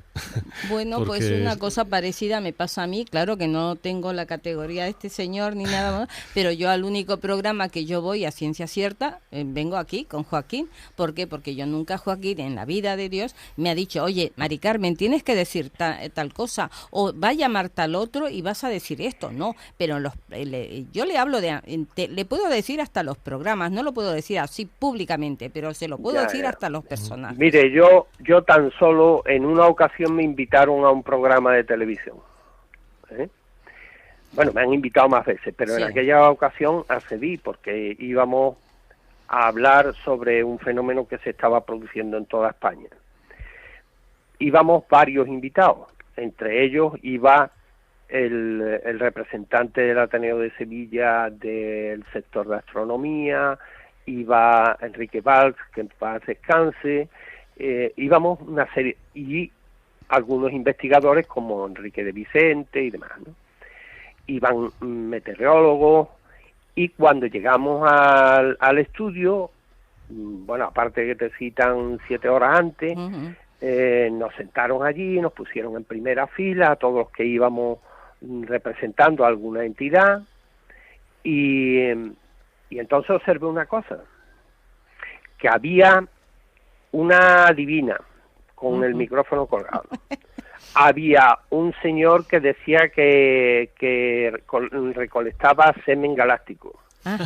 Con un micrófono colgado. Había otra serie de personas y a nosotros no nos dieron micrófono. A ninguno de los que estábamos allí. Había una señorita con un micrófono en la mano que cuando uno levantaba la mano para intervenir, tardaba la señorita en llevarte el micrófono 1 hora. Claro, para que no interveniera.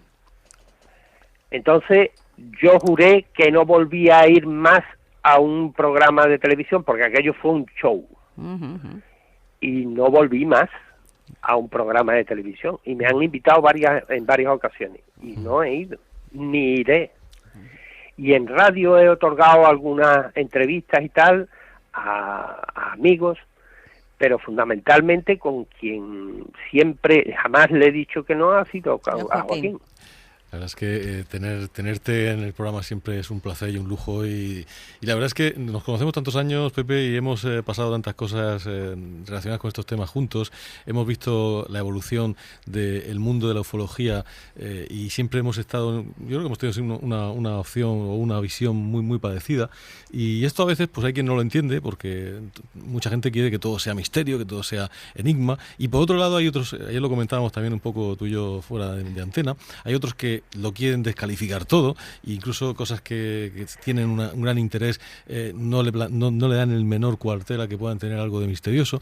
Y nosotros siempre hemos estado en la verdad, es decir, lo que no es misterio y se puede esclarecer, hay que decirlo, hay que desmitificarlo, pero aquellas cosas que tienen interés y que nadie ha sido capaz de sacar una explicación clara y lógica, también hay que decirlo. Esto es lo que creo que hace que haya personas como tú que estáis en una tesitura pues de buscar la verdad fundamentalmente. Y como no te importa el dinero, porque ninguno de nosotros vivimos de estas cosas, nos tenemos otras... Hombre, la demostración de que no me importa el dinero es que durante 15 años he trabajado por Fundación Anomalía, en la que muchos de mis compañeros y yo hemos puesto dinero en nuestros bolsillos y nuestro trabajo, y al final lo hemos perdido todo. Eso sí que es una tristeza muy grande. Si alguien piensa que como hay algún iluso por ahí que dice que hemos sido unos aprovechados y tal, o sea, yo me remito a los hechos. Es así. Pues es algo muy triste que Cuadernos de Ufología no se esté publicando, que la Fundación Anomalía no siga funcionando, porque yo creo que es una de las cosas más importantes que se ha hecho en España, de las más serias. Evidentemente dentro de Cuadernos, pero dentro de la Fundación pues había gente de todo tipo, y algunos pues a lo mejor en un momento dado pues eran más o menos extremistas, otros menos, pero lo importante es que quien llevaba la Fundación adelante y el espíritu de la Fundación y la obra de la Fundación era una obra digna, una obra que buscaba la verdad, en la cual yo creo que cualquier investigador serio se sentía cómodo, y es una lástima que ese tipo de iniciativas, que no son comerciales por supuesto y por eso pues no tienen futuro económico, pues no sigan estando, a pesar de que han estado muchos años, y yo creo que nunca se van a morir porque han dejado un legado que no se puede perder tan fácilmente. Hombre, yo tan solo digo una cosa: quien quiera mejorar los 30 años de Cuadernos de Ufología, que se ponga mano a la obra. Pues yo creo que nadie lo va a conseguir, Pepe. Pues vamos a dejar el tema aquí. Yo creo que hay que decir que todos los que estén interesados en leer tu artículo lo tienen en el número 146 de la revista Misterios, que publica Fernando García y que es muy fácil de encontrar en internet. Pongan ustedes revista Misterios y verán ustedes cómo está el último número, que es el 146. Pues ahí está este artículo que se llama así: Abducciones, Próspera Muñoz, punto final, entre interrogaciones, escrito por José Ruega Montiel, un gran amigo mío, un gran investigador, una parte de la historia de la ufología en España, y para mí es un orgullo, Pepe, tenerte en el programa y que siempre que te llame, como tú has dicho muy bien, estés ahí para que nuestros oyentes puedan disfrutar con tus palabras. Un abrazo muy fuerte, Pepe. Gracias, amigo, igualmente. Hasta otra ocasión. Hasta otra ocasión.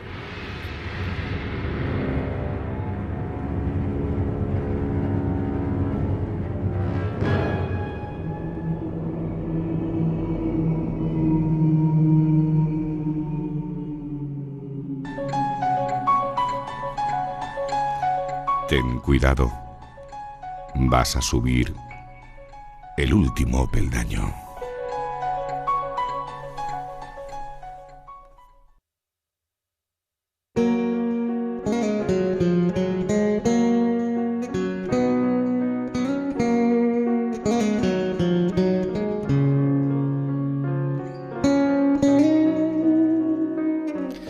Sentirse mal, evidentemente, no es normal, no es algo consustancial con el ser humano.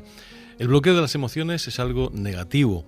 Y hace falta tratar este problema psicológico, que hay muchas terapias, muchos caminos que hacen que, bueno, pues la psicología tradicional, la psicología, digamos, academicista, tiene sus formas de hacerlo.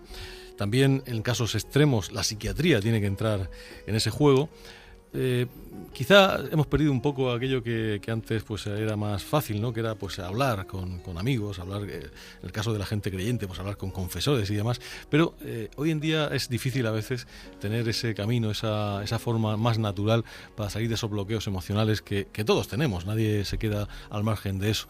Bueno, pues Juanjo Abenza, que hace muy poquito tiempo estuvo en Ámsterdam, no sé si por casualidad se encontró con una mujer, una persona que ha desarrollado una terapia bastante interesante que se llama de las emociones dirigidas. Cuéntanos, Juanjo, ¿qué fue lo que te llevó a Diana Einsing? Bueno, la verdad es que estuve hablando con Mari Carmen y me decía que casualidades no hay. Pero sí que es verdad que, bueno, a lo mejor es porque cuando viajo, yo creo que en la vida, me voy fijando mucho en estas cosas y al final pues siempre, ya sabes que cuando voy a Londres pues me traigo muchas cosas, cuando voy a Ámsterdam pues también, y o incluso cuando estuve en Togo, bueno, en general.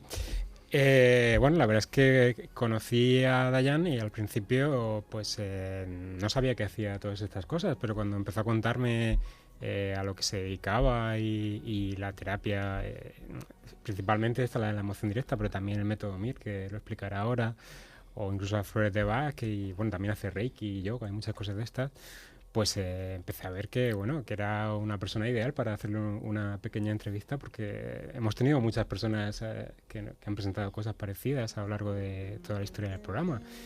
Y bueno, pues se ofreció voluntaria y bueno, hemos hecho una entrevista de unos 10 o 12 minutos que yo creo que le va a gustar mucho a los oyentes del programa. Pues yo creo que lo mejor es que pasemos ya a escuchar esa entrevista, como decimos, realizada hace muy poquito tiempo, hace unos días en Ámsterdam, con Diana Ensign. Ok, estamos con Diana Ensign en Ámsterdam y vamos a hablar sobre la terapia de emoción dirigida, capacitación y entrenamiento. Primero de todo, Diana, ¿qué es la terapia de emoción dirigida?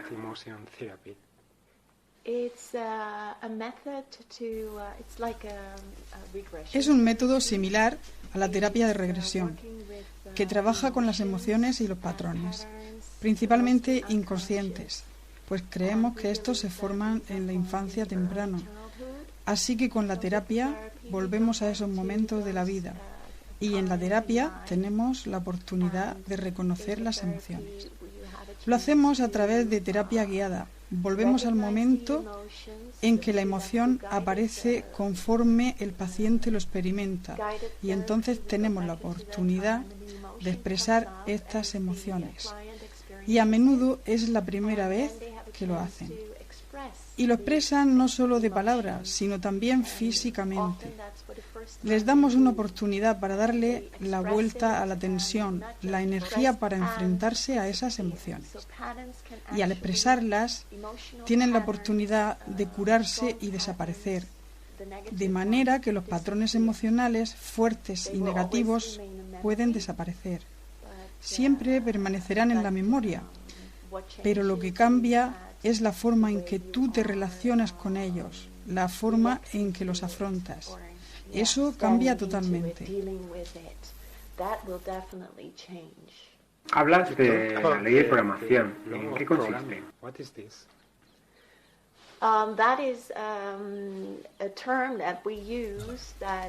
Es un término que usamos. Realmente, los patrones que nos afectan hoy día de manera más problemática en relación a nuestros padres o amigos son patrones que se formaron en el pasado, en relación con la gente con la que crecimos, como nuestro padre o madre o nuestro entorno. Así que con eso trabajamos, sabiendo que los problemas de ahora están en aquel entonces, con la gente que jugaba un papel importante en nuestra vida en aquel momento. Así que volvemos a ese periodo en el pasado.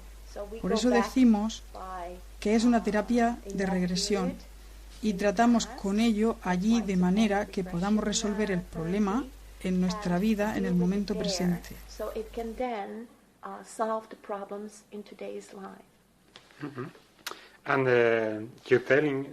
Y dices que puedes incluso volver al momento del nacimiento.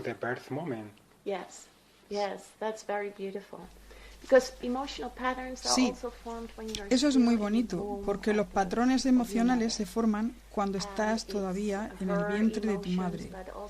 Y pueden ser emociones de la madre o también, indirectamente, emociones del padre o de personas que juegan un papel importante.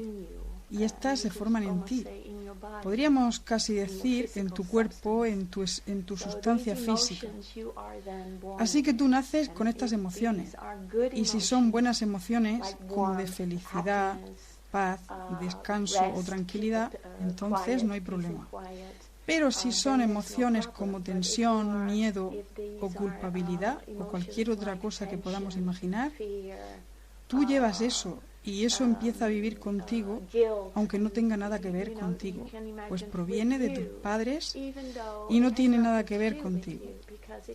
Así que el periodo prenatal en el útero es el momento en el que trabajamos para tratar esos problemas, porque ese es realmente el momento en que surgen muchos de nuestros problemas emocionales y los patrones que se han formado.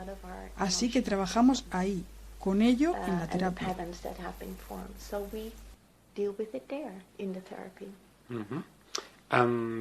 ¿Cómo funciona? ¿Cómo es una sesión normal de terapia de emoción directa?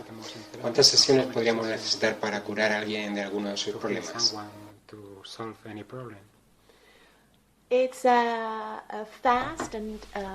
Es una terapia rápida e intensa. Cuando trabajo con alguien hacemos una terapia de 10 días consecutivos. En el primer día trabajamos con algo y podríamos decir que raspamos un poquito una capa. En el segundo día continuamos. Por eso resulta algo extraño para una terapia, puesto que abres a alguien emocionalmente y trabajas con ello, intentando que se desprenda de tantas capas como sea posible. Y también en la terapia empezamos a construir las cosas buenas, a construir la fuerza y la confianza al expresarlas y trabajar con ellas.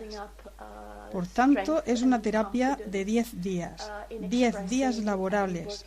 Y después de esos días guío a la gente durante los meses posteriores a la terapia, puesto que al principio están muy frágiles y necesitan tu ayuda, y yo quiero asegurarme de que están yendo bien.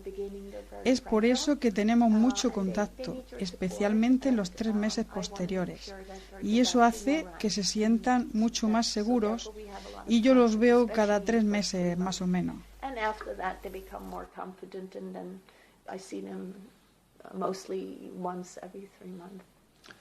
Además de con la terapia de emoción directa, trabajas con otras terapias como el método MIR y las flores de Bach.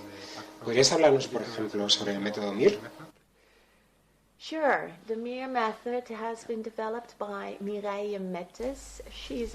Sí, el método MIR ha sido inventado por Mir Methods, holandesa, y sus iniciales significan reinicio intuitivo mental.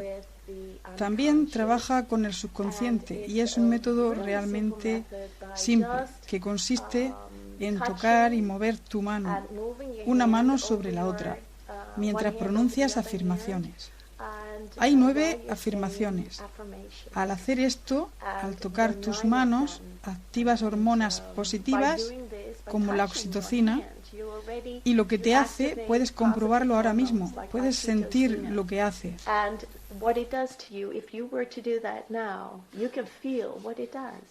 Sí. Tranquiliza la mente. Y realmente es como si le dijera a tu subconsciente que no te preocuparas. Te comunicas con él y cuando le pronuncias las afirmaciones, tu subconsciente, tu cuerpo comienza a curarse solo, pues estás activando sus instrumentos de autocuración con las afirmaciones positivas. Y esto ayuda al proceso de curación.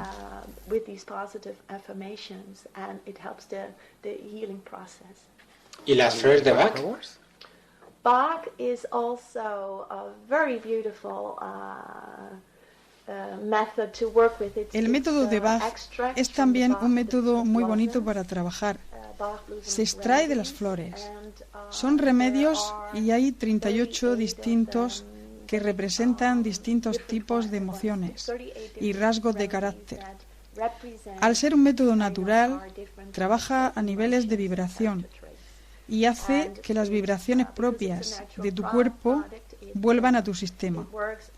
Así que lo que hace es que, como se diría, a veces te pones negativo con ánimos negativos y las flores de Bach, cuando usas el tipo correcto para ese estado de ánimo, hacen que florezcan los rasgos positivos. Así que, por ejemplo, si tienes un miedo, cuando tienes miedo a algo específico, como a tener un accidente, eso se puede tratar con las flores, usando las del tipo que te da coraje.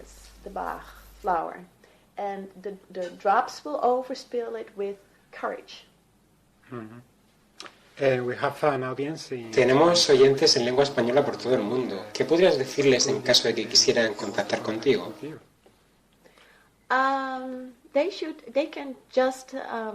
Pueden escribirme un correo electrónico, llamarme por teléfono o también usar Skype. De hecho, hago algunas consultas a través de Skype. Si necesitan un consejo o quieren tener terapia conmigo, pueden contactarme. No hay ningún problema. Estaré más que encantada y serán bienvenidos. ¿Podrías decir la dirección y el correo? Pueden encontrar la información en mi web http://www.dianaessing.nl/ y en ella encontrarán también mi email. Toda mi información está ahí. Ok, ha sido un placer, muchas gracias. Gracias a ti, ha sido muy agradable.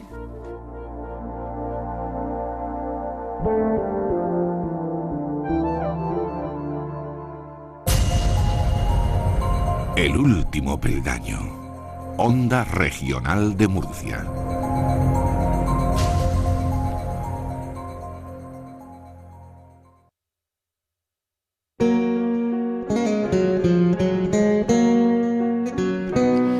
Bueno, pues este tema que nos lleva a la recta final del programa nos hace ver que hay muchas más alternativas a las terapias que conocemos y sobre todo que todo tiene una explicación, ¿no, Juanjo? Porque realmente todo esto está en cómo uno se fragua, ¿no?, al principio. A mí cuando empezó a contármelo, se lo comentaba que me recordaba mucho a psicología pura y dura de Freud, ¿no? Porque al fin y al cabo lo que ella trata de hacer es encontrar la raíz de tu problema yendo hacia atrás hasta encontrar el origen, ¿no? Que es más o menos lo que la mayoría de psicólogos hacen, ¿no? Cuando empiezas a hablar en el diván y todas esas cosas y va saliendo ahí todo lo que está. Quizá la gran novedad, o no sé si eso lo hacen los psicólogos también, es que ella llega incluso hasta la fase en la que están embarazados de ti y es capaz de, bueno, y según ella dice que en la fase del embarazo, pues cosas que le pasan a la madre o a los familiares que están cerca terminan afectando también al niño o a la niña y en su futuro.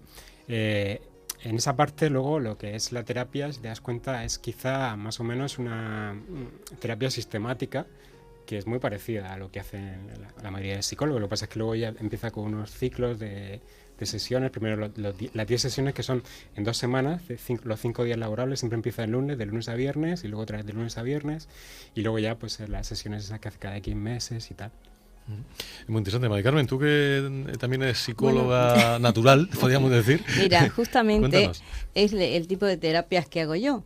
Es diferente, pero más o menos es igual. Yo trabajo 9 días en 2 semanas, después 3 días durante 2 semanas, 2 días durante 2 semanas y 1 día por semana.